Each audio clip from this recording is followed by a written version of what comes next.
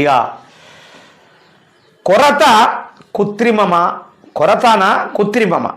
మరి petrol diesel దొరక్క ప్రజల ఇక్కట్లయితే ఉన్నాయి. నిల్వలు ఉన్నాయంటున్న కేంద్ర రాష్ట్ర ప్రభుత్వాలు పలు బంకుల్లో నో స్టాక్ బోర్డులు. ఎందుకు నో స్టాక్ బోర్డులు? ఇదంతా కూడా రాష్ట్రంలో గత 2 రోజులుగా పెట్రోల్ డీజిల్ కొరత వేధిస్తున్నది. ఇది నిజంగానే కొరత లేక కృత్రిమమా అనేది తెలియక వాహనదారులు తీవ్ర ఇబ్బందులకు గురవుతున్నట్లు తెలుస్తా ఉన్నది. భయోందోళనకు గురైనటువంటి కొందరు పెట్రోల్ కోసం బంకుల వద్దకు చేరుకోవడంతో భారీగా క్యూ లైన్లు దర్శనమిస్తున్నాయి. హైదరాబాద్ మహానగరంలో ఇప్పటికే అనేక బంకులు మూతపడ్డాయి.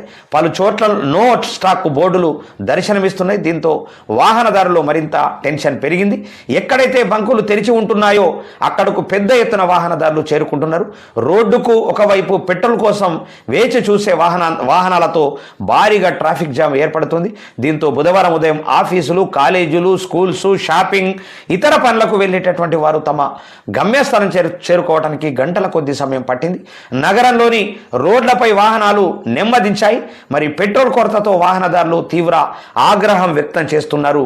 2 రోజులుగా తాము క్యూ లైన్లో ఉండాల్సి వచ్చిందని మండిపడుతున్నారు.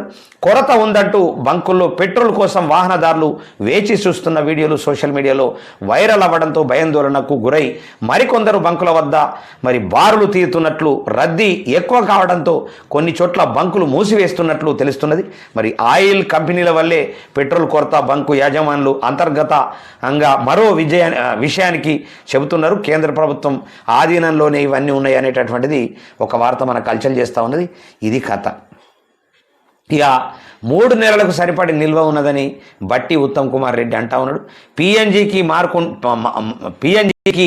మారకుంటే ఎల్పిజి సరఫరా బంద్ అని కేంద్రం ఒక ప్రకటన చేసినట్లు కూడా మనకు